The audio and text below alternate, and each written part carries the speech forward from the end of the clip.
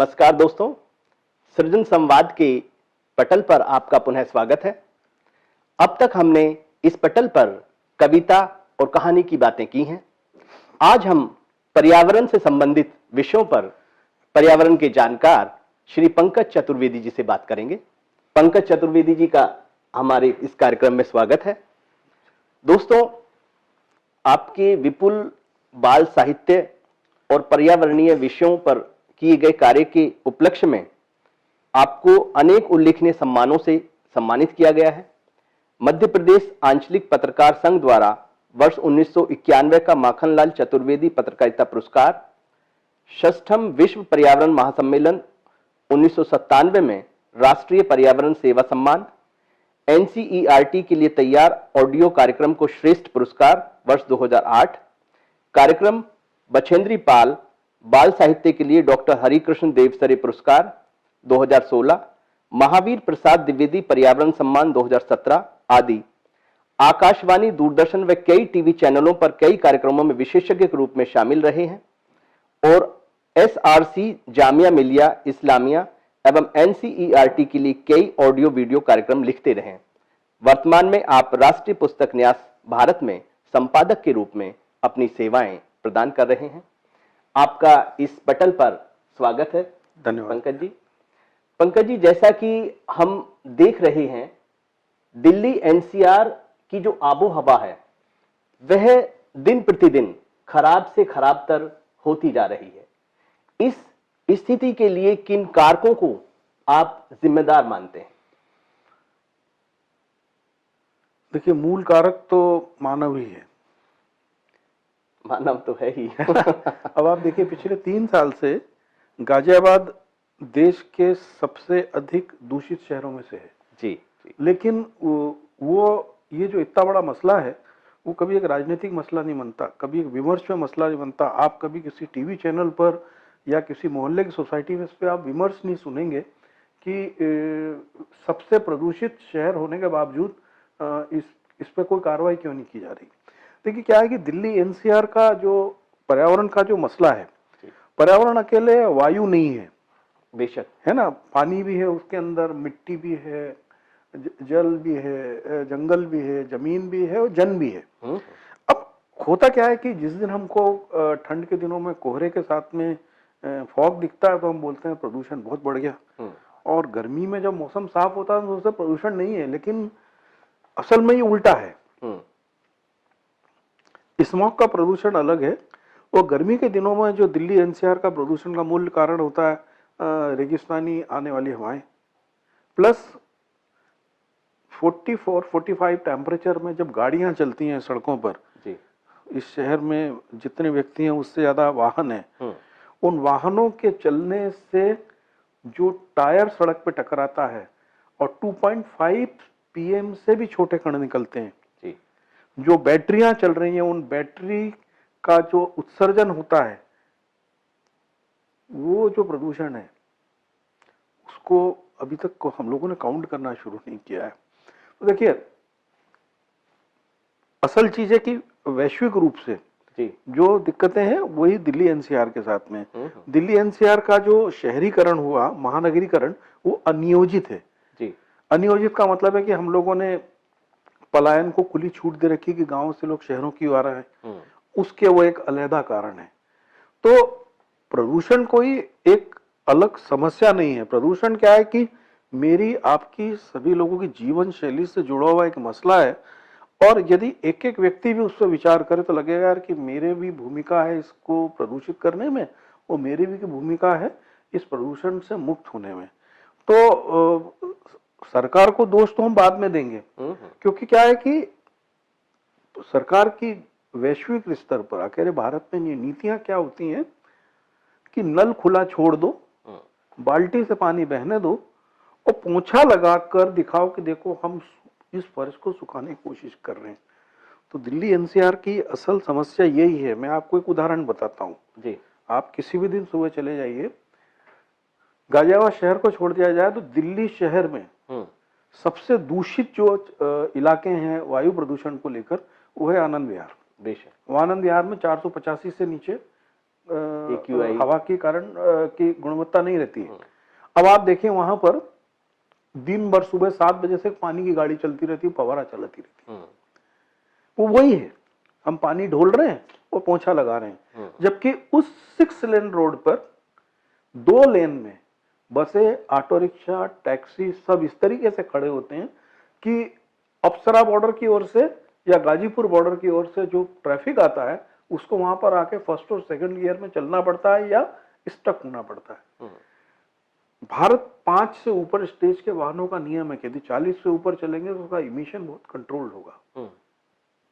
और जैसे ही आपने 40 से नीचे आए, फर्स्ट गियर, सेकंड गियर या गाड़ी खड़ी की, तो इमिशन उतना ही ज्यादा होगा। अब वहां पर जरूरत पानी की गाड़ी चलाने की नहीं है, वहां जरूरत यह है कि जो सड़क पे लोग इंक्रोचमेंट करके, वाहन खड़े करके स्मूथ ट्रैफिकिंग को बाधित कर रहे हैं, उसको रोकने की। ये एक उदाहरण है। जी जी। आपने बड़ी अहम बात कही कि पर्यावरण की जब हम बात करेंगे तो उसमें वायु प्रदूषण जो है एकमात्र विषय नहीं है, और जल का प्रदूषण भी, मृदा का प्रदूषण भी और अन्य प्रदूषण भी जो है उससे जुड़े हुए हैं। हम ये जल, राष्ट्रीय राजधानी क्षेत्र में जल को सुरक्षित रखने के बारे में जो प्रयास हैं या सरकारी नीतियां हैं या जन जागरूकता है, उसको आप किस तरह से आपका देख पा रहे हैं? देखिए, ये दुर्भाग्य है कि दिल्ली राजधानी क्षेत्र का जो आदमी है वो 80 रुपए का 20 लीटर वाला बिसलेरी पानी तो पीना चाहता है जी, लेकिन अपने बाथरूम में बहने वाले और वेस्ट होने वाले पानी को रोकना नहीं चाहता है। मैं देखिए, आज प्रकृति के जो संसाधन हैं वो सीमित हैं, और जैसे महात्मा गांधी ने बोला था कि जो प्रकृति है आपकी जरूरतों को पूरा कर सकती है लेकिन आपके स्वार्थ को पूरा नहीं कर सकती, आपके लालच को पूरा नहीं कर सकती। जी जी। तो हम लोग लोभी हो गए। मैं चाहता हूं कि मेरी कॉलोनी में गंगाजल नल में आए, लेकिन मैं ये नहीं सोचता हूं कि पवित्र गंगाजल में केवल पीने के लिए इस्तेमाल करूं, मैं उसको शौच के लिए भी इस्तेमाल करता हूं। वाकई ये दुर्भाग्यपूर्ण है। अब हम 500 घर, 1000 घर, 10,000 घर यदि मिलकर केवल अपने टॉयलेट के संप में एक 500 ml की बिसलरी की बोतल में रेत डाल के डाल दें तो 10 बार आपके घर में जब फ्लश चलेगा तो 5 लीटर पानी बचेगा। ये आप सोच के देखें। अब आपके घर में देखिए कि 10-11 प्रकार के साबुन आ रहे हैं। टॉयलेट साफ करने का अलग है, फर्श साफ करने का अलग है, बर्तन मांजने का बट्टा अलग है, बर्तन मांजने का लिक्विड अलग है, शैम्पू अलग है, फेस वॉश अलग है, बॉडी वॉश अलग है, कपड़े धोने का बट्टा अलग है, कपड़े धोने का लिक्विड अलग है। 11 है, 12 होंगे जी। दुनिया की सबसे पवित्र चीज जो सभी चीजों को शुद्ध कर देती है वो पानी है। और हम इतने सारे केमिकल्स को अपने घर में इस्तेमाल करके पानी को दूषित कर रहे हैं। जरा कोशिश कर लीजिए, इसमें से 5 चीजों को कम करके देखिए, आपके घर से निकलने वाला, एक तो इससे पानी का खर्चा कम होगा। बेशक भाई, ये एक शर्ट मैंने पहनी है, मैं दिन भर एयर कंडीशन में रहता हूं, मुझे इस शर्ट को में पसीना आ नहीं रहा है, गंदगी आ नहीं रही है, मुझे क्या जरूरत है इसको अगले दिन साबुन में धोऊं? इसको ऐसे ही पानी से निकाल के प्रेस करके पहन लो। एक तो आपके कपड़े की जिंदगी बचेगी, साबुन बचेगा, आपका खर्चा भी बचेगा। और साबुन लगाने पे यदि आपको एक शर्ट धोने में 5 लीटर पानी इस्तेमाल हो रहा है तो बगैर साबुन लगाए आपका 1 लीटर में काम हो जाएगा। तो प्रदूषण एक अलग मसला है। अभी तो सबसे बड़ी चीज है कि संचयन कैसे किया जाए। हमारे पास में जो स्रोत हैं, मेरी हाल में जो किताब आ रही है, वो आ गई है, वो किताब का नाम है जो हमने जल निधियां डुबोई। तो उसमें गाजियाबाद, गुड़गांव, दिल्ली, इन सबको मैंने शामिल किया है कि हमारे यहाँ बारिश हुई, साल में पहले 45 दिन बारिश होती थी, अब 13-14 दिन हो रही है। जिस दिन बारिश होती है पूरा शहर जाम हो जाता है जी, पानी भर जाता है, हमें लगता है हाय हाय अब हम क्या करेंगे, इतना पानी आ गया। और जिस दिन बारिश बंद हुई उसके अगले दिन नलों की ओर ताकते हैं कि हाय हाय अब तो पानी नहीं आ रहा है। इसी गाजियाबाद में 10 साल पहले 665 तालाब होने की बात थी जी। उसमें से करीबन 100 से ज्यादा तालाब तो सरकारी डिपार्टमेंट्स ने कब्जा करके कॉलोनी, बिजली घर, स्कूल बना दिए। और ये कहा गया एनजीटी को कि हम इनकी जगह सप्लीमेंट्री तालाब खोद देंगे। वो अभी तक नहीं खोदे गए। जी जी जी। ठीक है, तो ये हमको अपनी प्रायोरिटी तय करनी होगी कि मुझे हिंडन नदी पे पिलर बनाकर एलिवेटेड रोड चाहिए या शुद्ध हिंडन नदी चाहिए। मुझे ये तय करना है कि मुझे यमुना को गंदा करने के बाद में शुद्ध करना है या यमुना में मिलने वाले गंदे पानी की क्वांटिटी को कम करना है। जी जी। ठीक है, तो है क्या कि बेसिकली जीवन शैली का मसला है। पर्यावरण कोई विज्ञान नहीं है, पर्यावरण के लिए कोई वैज्ञानिक नहीं चाहिए, पर्यावरण के लिए कोई विभाग नहीं चाहिए। जैसे मैं आपको उदाहरण बताऊं, हम लोगों ने साबुन की बात किया। अभी कुछ दिनों पहले आपने देखा होगा कि जब जामुन आने शुरू होते हैं पर आप सुबह को जाएं जी, तो हर जामुन के पेड़ के नीचे आपको ऐसी डालियां पड़ी मिलेंगी जिसमें 25-50 कच्चे जामुन थे। अब आपको प्रकृति को समझना होगा। बेशक प्रकृति ने जामुन किसके लिए बनाए थे? बंदर के लिए, पक्षियों, चिड़िया के लिए, और फिर बोला कि जो पक के गिर जाएगा वो इंसान के लिए। अब हमको एक जामुन पका दिख गया, हमने उसको लठ चलाया, पत्थर चलाए तो 100 कच्चे भी नीचे गिरा दिए, और एक पका हुआ पाकर हम सोचे कि आज तो हम लोगों ने, आज तो हम बिल्कुल शुद्ध हो गए भाई, हमारा स्वास्थ्य ठीक हो गया। जी जी जी। दूसरा उदाहरण, इंसान को प्रकृति ने दांत दिए, जबड़े दिए, आंतें दी भारी से भारी चीज चबाने की। आप संतरा या मौसमी ऐसे ही क्यों नहीं खा सकते हो? आपको उसका जूस निकालने की क्यों जरूरत पड़ रही है? यदि निघंटू को, आयुर्वेद के हिस्से को देखेंगे तो उसमें जूस जो है केवल बीमार व्यक्ति के लिए। बेशक। तो अब आपने जूस निकाला, इसका मतलब है आपने ढेर सारा कचरा निकाल दिया। ये कचरा भी नहीं है, वो फाइबर है ना? हमने तो कचरा सड़क पे फेंक दिया ना। हमारा जीवन शैली को बदलने पर ही हम इस पर्यावरण संरक्षण को बात कर सकते हैं। हम दूसरे पे दोष नहीं लगा सकते। हमको दूसरों की जय से पहले आत्मनिरीक्षण, खुद को जय करे। जी जी जी, है ना? ये ना, हमको मन की शक्ति देना, मन विजय करे। तो उसमें ना, दूसरों की जय से पहले खुद को जय करे, पहले हमको जय करनी पड़ेगी। सही है, सही है। पंकज जी, बड़ी अहम बात आपने कही कि राष्ट्रीय राजधानी क्षेत्र और उसमें गाजियाबाद भी शामिल है, बहुत सारे तालाब सरकारी और गैर सरकारी अतिक्रमण की भेंट चढ़ गए हैं। ये जो पर्यावरणीय आपका समीकरणों के साथ ये दुर्घटना जिस तरह से घटित हो रही है, इसके दुष्प्रभावों को आप किस तरह से उनका आकलन जो है वो कर रहे हैं? मैंने जो एक किताब जो हमने जल निधियां डुबोई, तो उसके अंदर यही लिखा है कि इस पूरे गाजियाबाद का जो धरती थी, जो दोआबा के पास में थी, एक तरफ यमुना बह रही है, एक तरफ गंगा बह रही है, बीच में हिंडन, काली सरी की छोटी छोटी नदियां बह रही हैं। इसकी खूबसूरती ये थी कि प्रकृति ने यहाँ पे जगह जगह पर छोटे छोटे तालाब दिए थे, और उसका नियम ये था कि जब पानी बरसेगा तो तालाब भर जाएंगे, और जो तालाब से पानी ज्यादा होगा तो नदियों में बह जाएगा। देखिए, आपको एक चीज को समझना होगा, हमारे जो पूर्वज थे वो बहुत समझदार थे। उन्होंने बोला, नदी को अविरल बहने दो, नदी को नहीं छेड़ना है जी। नदी आप पर्व त्योहार पे जाओ, नहाओ, धो, पूजा करके लौट आओ। ठीक है, कोई मर गया, कोई हो गया, उसको निपटाओ। गांव के बाहर, गांव की सीमा पे तालाब होगा, तालाब आएगा आपके निस्तार के काम का। कपड़े धो लिए, ढोर को चरा लिया, उससे मछली मिल गई, कमल गट्टा मिल गया, पानी ये मिल गया। कुआं होगा आंगन में या मोहल्ले में, वो आएगा पीने के काम। नदी जब बहती रहेगी तो तालाब का रिचार्ज होता रहेगा, जब तालाब भरा रहेगा तो कुआं हर समय समृद्ध रहेगा। ये एक चक्र था। ठीक है, अब हम लोगों ने क्या किया कि अभी बड़ी महत्वाकांक्षी योजना चल रही है कि हर घर जल, बहुत अच्छी योजना है। मैं हरियाणा के कुछ विलेजेस में जाकर मैंने देखा उसको, लेकिन उस योजना का दुर्भाग्य ये है कि उसका 95% पानी का जो सोर्स है वो केवल भूजल है।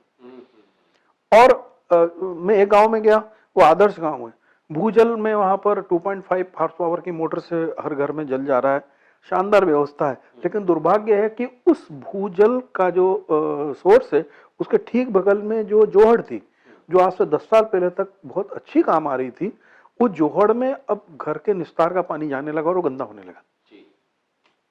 जरूरत इस चीज की है कि हम उस जोहड़ को भी सहेज के रखें, ठीक है ना। होता क्या, जैसे ही घर में नल आया तो मैं क्या सोचता हूं कि अब मैं घर में जो मेरे ढोर डंगर बंधे हैं ना, उनका पानी भी मुझे नल से मिले। सरकार सोच के दे रही कि आपको पीने को और खाना बनाने को शुद्ध जल मिले, लेकिन आप सोचते डंगर के लिए भी वो मिल जाए, कपड़े धोने को भी मिल जाए।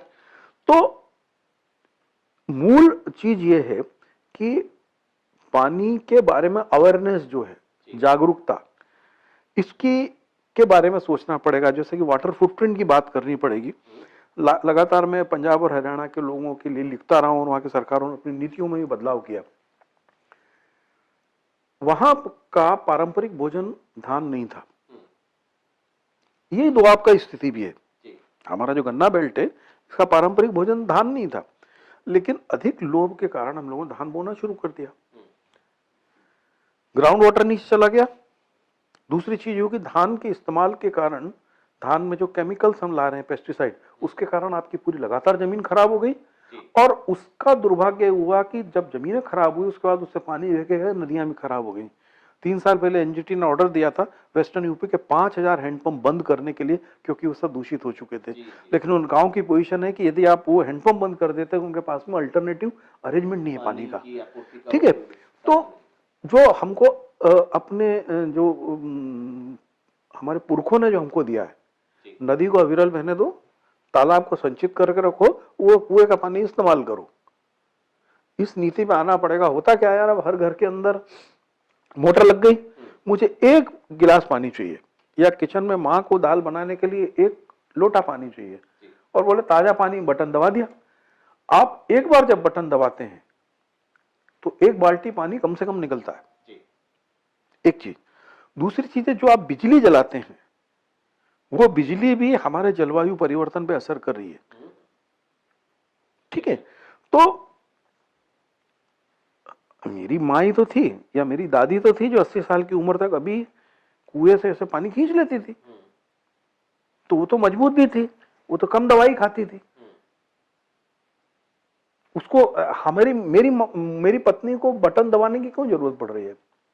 हम इस सुख के बदले इस प्रकृति को क्या दे रहे हैं, ये एक सवाल है। पंकज जी, कई महत्वपूर्ण बिंदुओं की तरफ आपने इशारा किया, और जैसा कि हम जानते हैं आप गाजियाबाद शहर में काफी समय से रह रहे हैं, दिल्ली में आप जो है आपका कार्यालय है और वहां आप काम करने जाते हैं। हमारे इस क्षेत्र में जो 2 प्रमुख नदियां हैं, एक यमुना और दूसरी हिंडन, इन दोनों नदियों की जो आज स्थिति है उसको आपने बहुत करीब से आप देख भी रहे हैं। इन दोनों नदियों के स्वच्छीकरण के लिए, साफ करने के लिए तमाम योजनाएं जो चलाई जा रही हैं, वो क्या कारण है कि वो योजनाएं जो है वो कामयाब नहीं हो पा रही? देखो, फिर मैं पहली वाली बात पे आऊंगा कि हमारी पूरी योजनाएं बनती है कि नल खुला छोड़ दो और पोंछा लगाओ। जी। देखिए क्या है, नदी एक तंत्र होती है। जैसे कि मैं आपको अपनी बात को फिर पीछे पलट के मेरी किताब पे लेके जाता हूं, जो हमने जल निधियां डुबोई। तो थोड़ी बरसात होती है, आपने देखा होगा कि गुड़गांवा जो हमारे देश के विकास का प्रतीक है, और गुड़गांवा का जो जयपुर जाने वाला बहुत चौड़ा रास्ता है, जिसको हम प्रतीक के रूप में कहते हैं कि ये हमारा विकास का मानक है, बरसात में वो डूब जाता है। हर बार डूबता है ना, क्यों डूबता है? असल में क्या था, अरावली पर्वत से एक नदी चलती थी, उसका नाम था साहबी नदी। साहबी नदी घूम के बादशाहपुर से होते हुए जो शीतला माता वाला मंदिर वाला रास्ता है, वहां से घूम के नजफगढ़ में जाकर मिलती थी। हमने क्या किया, पूरा गुड़गांव और उसकी सड़कें साहबी नदी पे बसा दी। अब होता क्या है कि पानी जो है, नदी है, इंसान की याददाश्त 50 साल की होती है और नदी की याददाश्त 200 साल की होती है। नदी अपना रास्ता नहीं भूलती।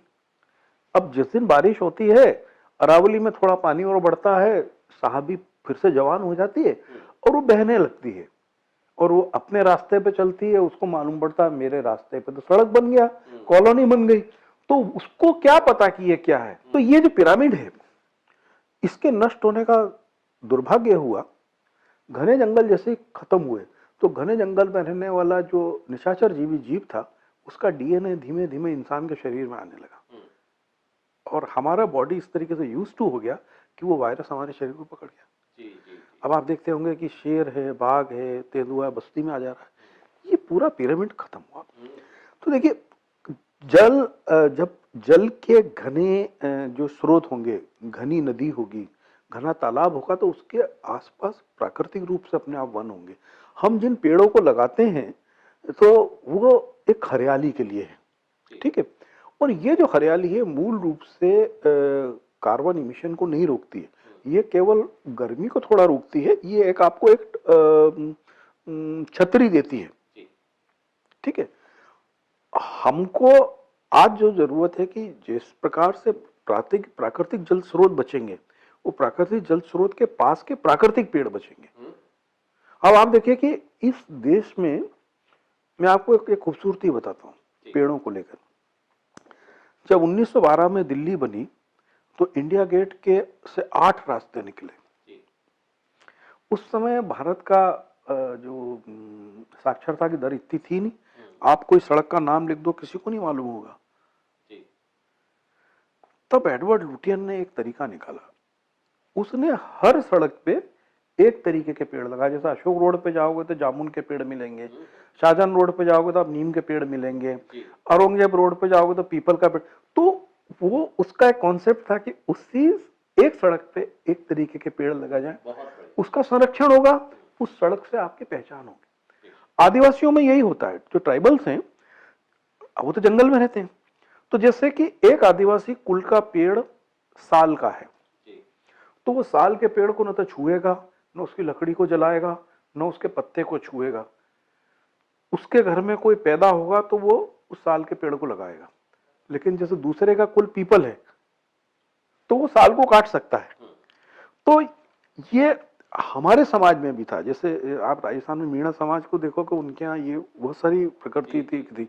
हम लोगों के जो लोग शहरी हो गए या गैर आदिवासी थे, उनके यहाँ भी ये सब परंपराएं थी, है ना। लेकिन हमने उन परंपराओं को विद्रूप रूप में ले लिया।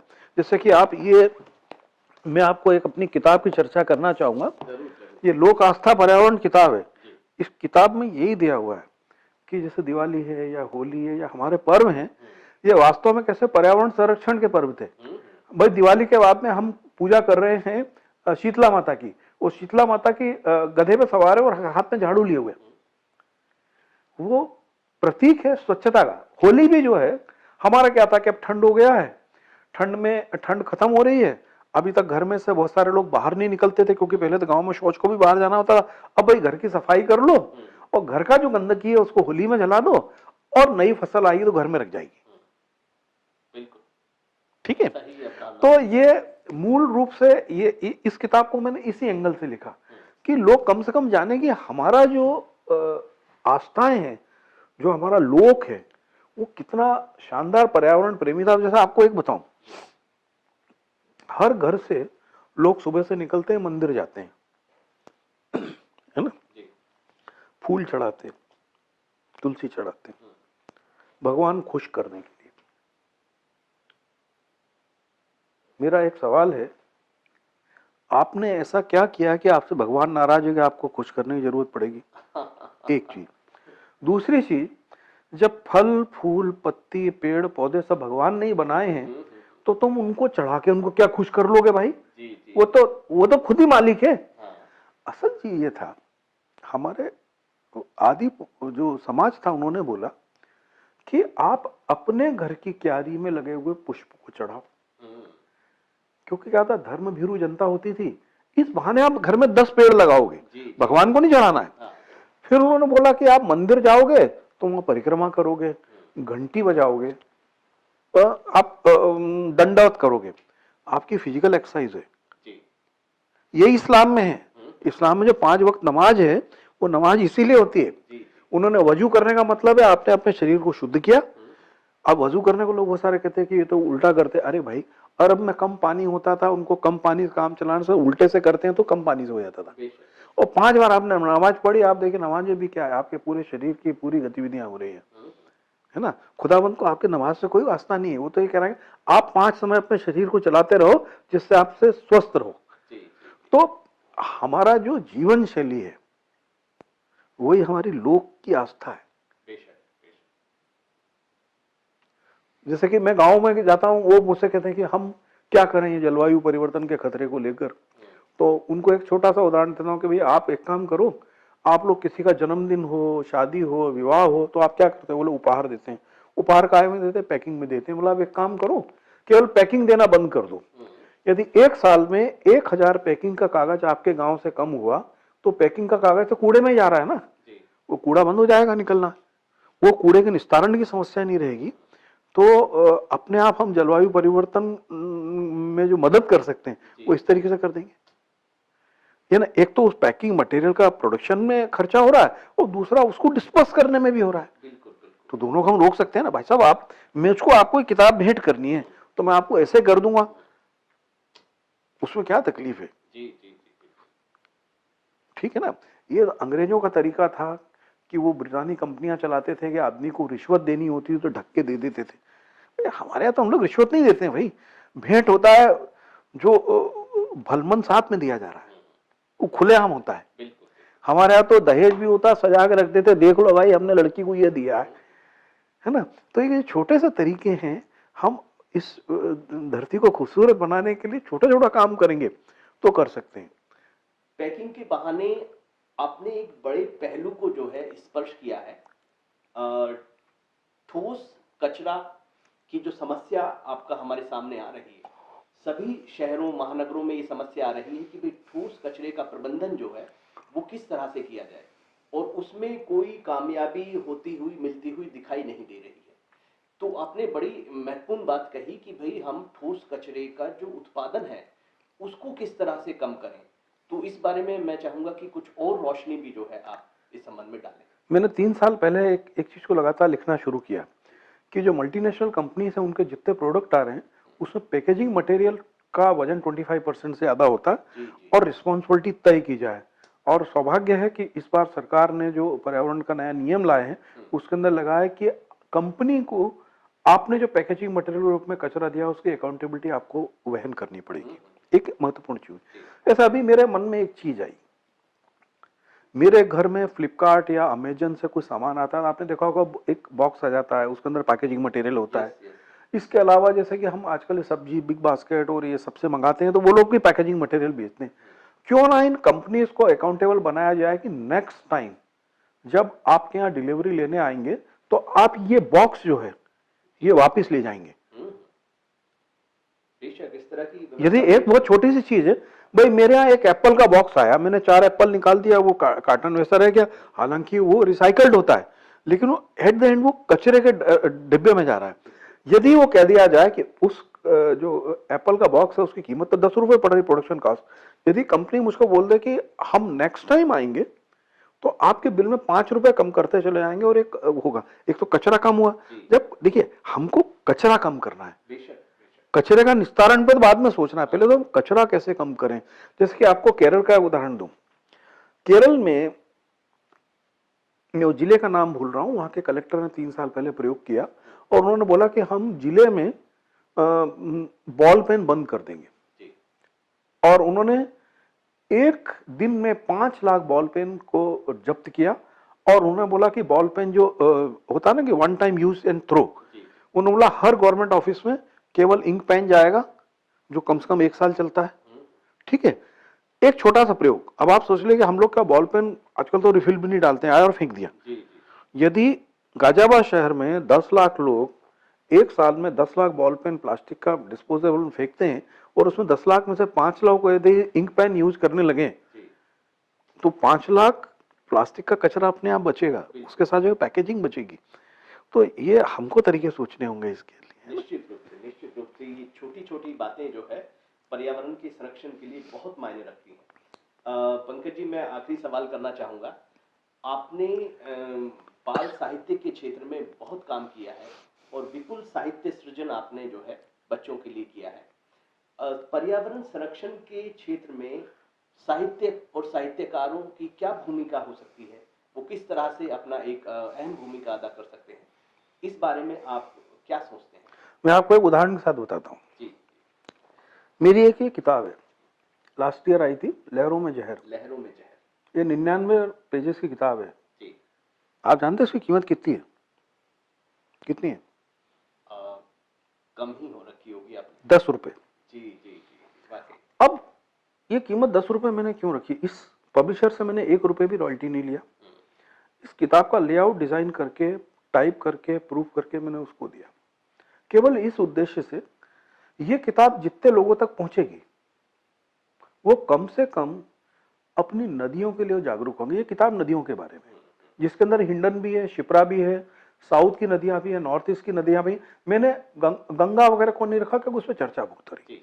अब इस किताब की खासियत ये हुई कि मेरे एक मित्र हैं, मैं उनका नाम ले सकता हूँ, दीपक नाम है उनका, कैथल में रहते हैं।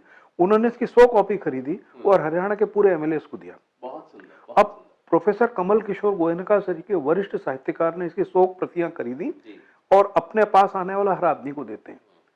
अब एक ये मेरा उद्देश्य केवल ये था कि लोग इसको पढ़ लें और नदियों के प्रति थोड़ा जागरूक हो जाएं। तो एक छोटा सा प्रयोग है। देखिए क्या होता है कि आपको करना होगा कुछ। मेरी कविता सुन के आपको वाह वाह तो करोगे, लेकिन पर्यावरण बचाने के आप पूछोगे फिर मैं करूं क्या? तो देखिए हर चीज का तरीका क्या होता है, पहले हम लोगों को संवेदनशील बनाएं, फिर संवेदनशील बनाने के बाद में उनको विकल्प दें और विकल्प देने के बाद में हम इसको कैंपेन बनाएं। तो ये तरीका है। तो ये जो किताब को मैंने प्रयोग किया, 10 रुपए का किताब, इसको वो डाक के साथ में 175 रुपए में भेजते थे और 100 किताब का 10 किताब का पैकेट आ जाता था। मुझको लगता है देश में हजारों लोग ऐसे हैं जिन्होंने इसकी 100 से 10 कॉपियां मंगाई। आपके संजय कश्यप ने 40 कॉपी मंगाई थी इसकी। तो मुझको इस चीज में आर्थिक रूप से ज्यादा मुझे संतुष्टि हुई यार कि इतने लोगों ने पढ़ी किताब और यदि उसमें से 500 लोग भी नदियों के प्रति थोड़े संवेदनशील हो गए तो हमारा बात बन जाएगी।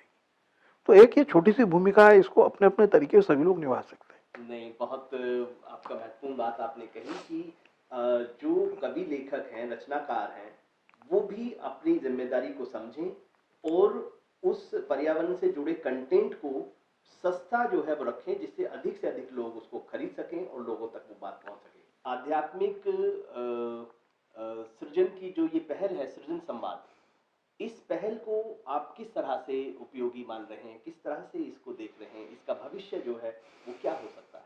देखिए एक चीज तो मान के चले कि धरती, प्रकृति और इंसान का मूल्य आध्यात्म है।